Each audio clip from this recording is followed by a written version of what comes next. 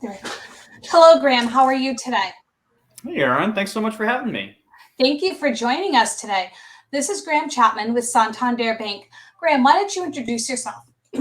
Yeah, absolutely. So, hi, everyone. My name is Graham Chapman, and I am the Director of Community Partnerships at Santander Bank. I have been with the bank since 2016. I'm actually based a little bit south of Boston, Massachusetts, where the bank is headquartered, and I'm excited to be here today. Thank you.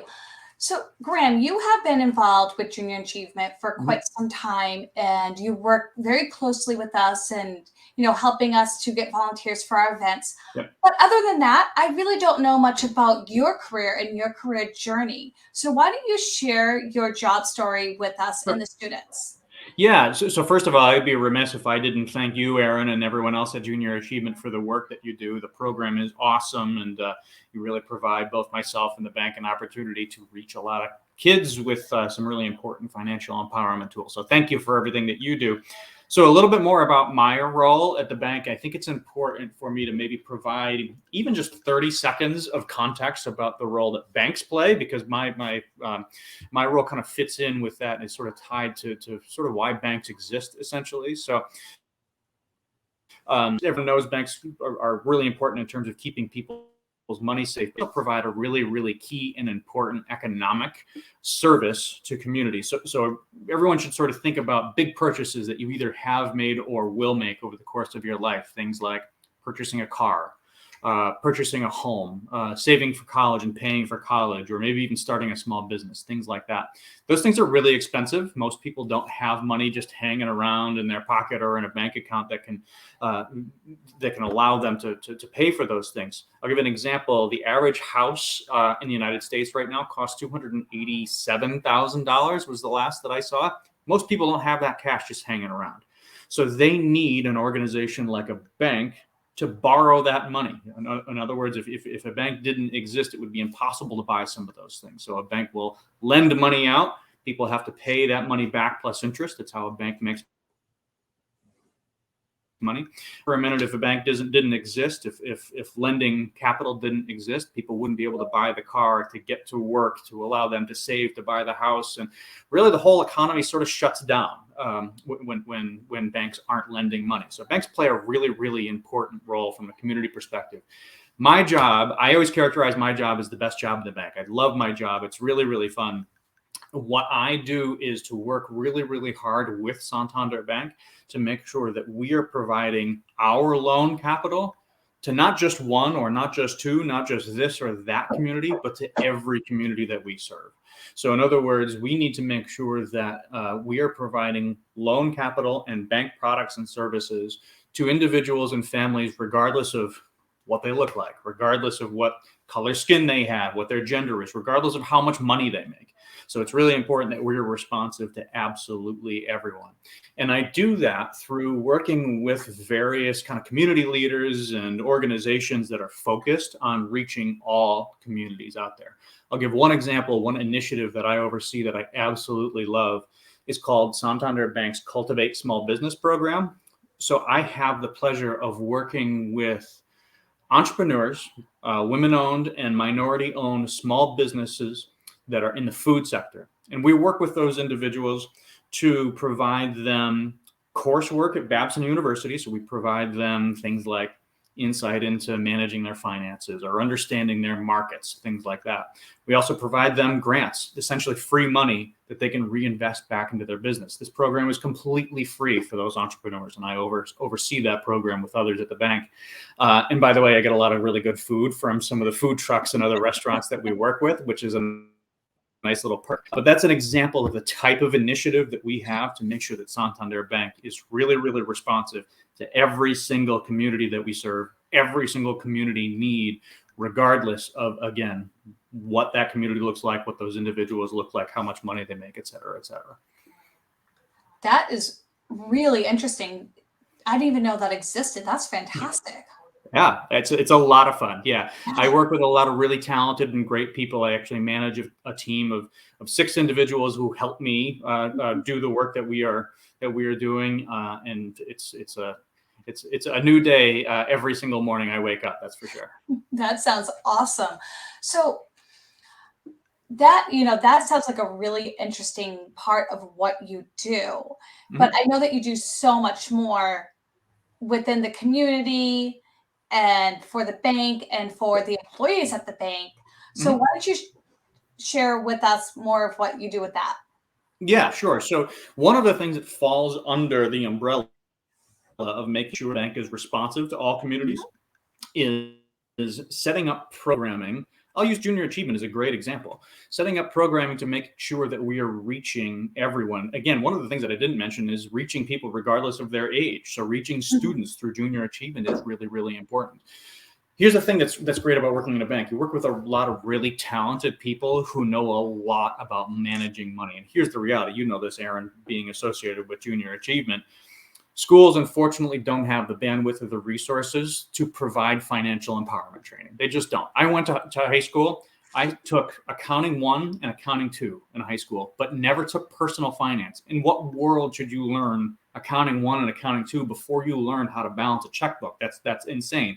So schools, again, for a variety of really good reasons, just don't have the bandwidth to teach those kinds of things. So enter a junior achievement who can provide those kinds of services. And the bank is really, really happy to support an organization like Junior Achievement, not only financially, but also with terrific volunteers, bankers who know absolutely everything about finances, ranging from, again, how to balance your checkbook Mhm. to building a credit score to saving for a home, saving for a car, et cetera, et cetera. So we provide volunteers to supplement what Junior Achievement is doing to make sure that the next generation of leaders have all of the information that they need to succeed financially. So that's my role. And additionally, so I help kind of facilitate some of those service programs from a volunteer perspective. So yeah, so there's a lot of a lot of oversight that we have on our I team. think one of the best parts about working with Santander and other financial institutions and matching volunteers in the schools for financial literacy programs is not only you have these professionals delivering these sessions, but you also have their personal stories that Mm-hmm. are infused into those sessions. So students really get to relate to them Yep. and hear where they're coming from and can see themselves in these employee stories and say, I can see myself doing this. I Absolutely. understand where they're coming from. That's really a great part of their journey to learn from.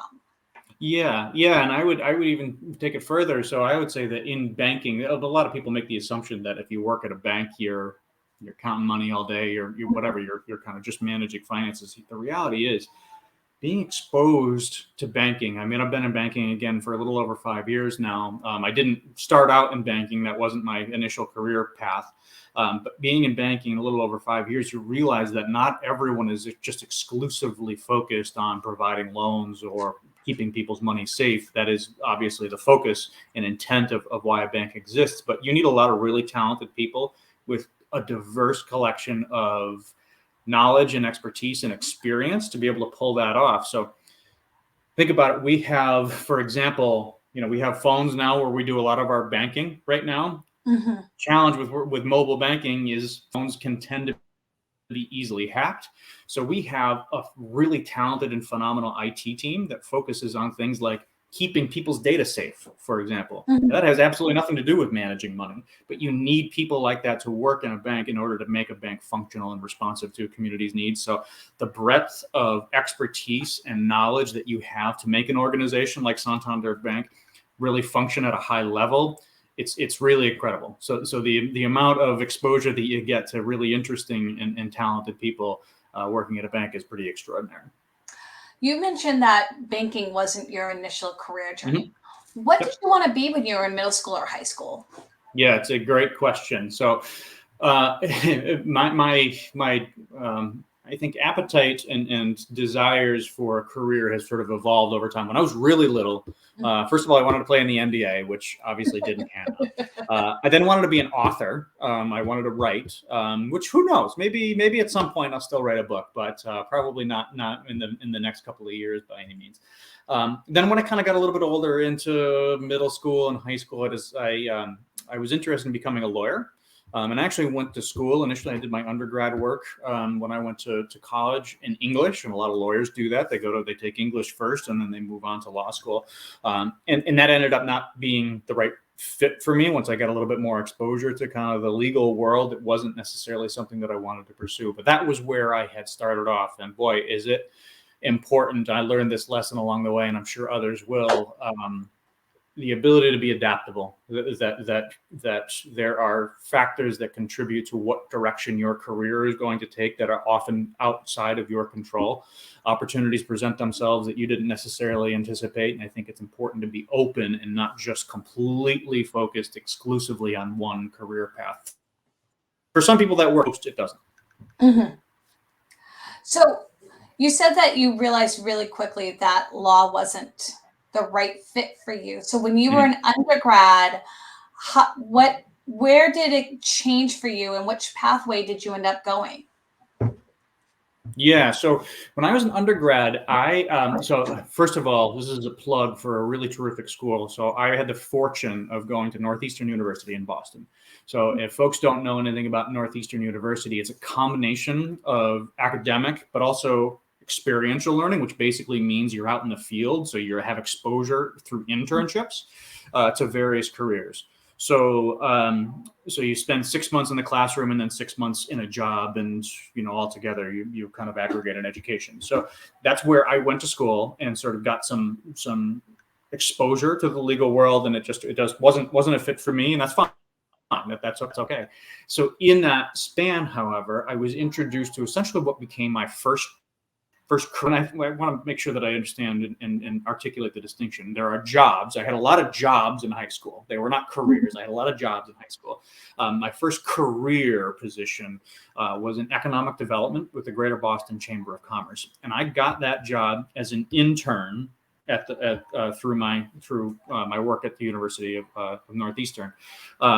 And as an intern, I mean, I was getting coffee. I was, running the copy machine things. I was the lowest person on the totem pole, but generated a really good rapport with the people at the organization. And I think that, made a good name for myself. And after I graduated, kept in touch with them and eventually came back with a full-time position and stayed there for 8 years. And it created a great foundation for kind of where my career has gone. So it was as of thinking back on it, my career now is what it is because of that internship that I had when I was 19 or however old I was at the time. It's so interesting, when young adults think that their life is going to look one way, and that's the trajectory they think they're going. And then something life-changing or something so simple happens where you get an internship and you're running copies, you're making coffee, and all of a sudden you find yourself being hired there, and your career taking off in a completely different direction. Sure. Here's the crazy part. Mm-hmm. Yeah, it's such a good point, Erin. I mean, I think here's the crazy part about what we expect of people when they are in middle school and high school age, that you have attained enough knowledge and attained enough life experience to know what your life is going to look like when you're 30, 40, 50 years. That's insane to me. Some people that works. I think Neil Armstrong knew he wanted to be an astronaut when he was young. Most of us aren't Neil Armstrong, and that's okay, right? Yeah. So for me, what I envisioned my life to be when I was 14, 16, 18 years old is not what it is now. Now, I'm really, really happy that I didn't follow that track, because as I attained more life experiences, as I grew through my education process at Northeastern and through my internships, just got more exposure and found that I was interested in things in my 20s and 30s that I never had any interest in when I was in my teens. So I think, and people will experience that. There are things that I care about now that I never cared about when I was younger. And that has helped supplement my career trajectory, quite frankly. I'll be honest, when I was in middle school and high school, I cared about playing basketball and baseball. That was my life. That's what I wanted to do. And now I think I'm very focused on things like business development and how an economy functions and things of those nature, and things that I just wasn't really intently focused on when I was younger. So I think that there is a real premium that people should place on being curious. Be curious throughout the course of your career. Have a plan, sure, but be willing to be adaptable and follow where your curiosity leads you. Yeah. And one word that really stuck out for me is exposure.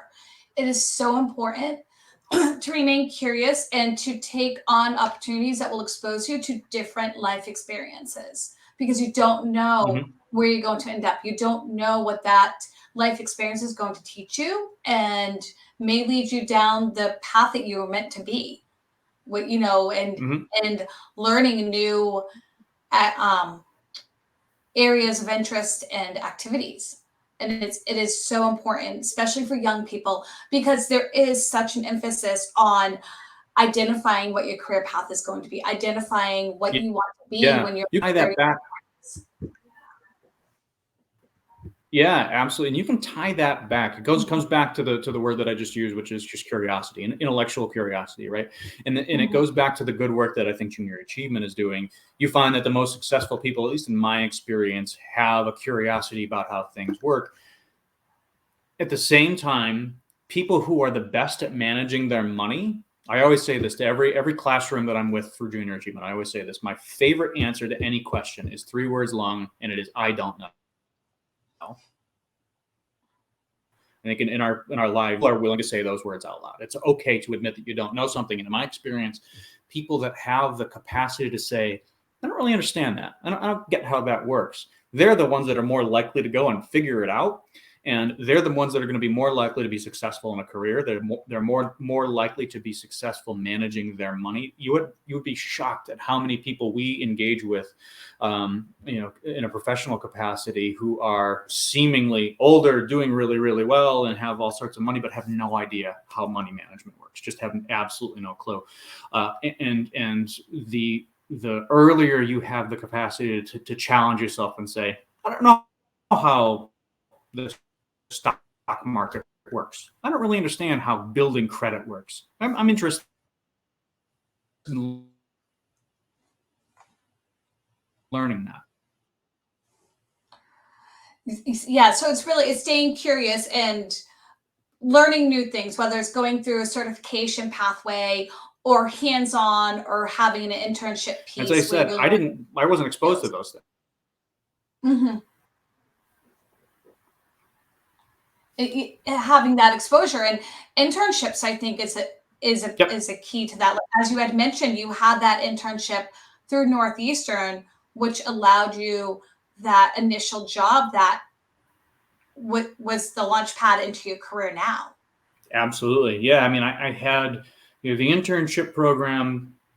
And having that experience initially taught me what I wanted to pursue, or at least opened up sort of perspective for me, but also kind of imparted on me that there are things and pursuits that I didn't want to go. I now knew, okay, I'm not interested in that direction. Maybe I'm gonna try this direction as well.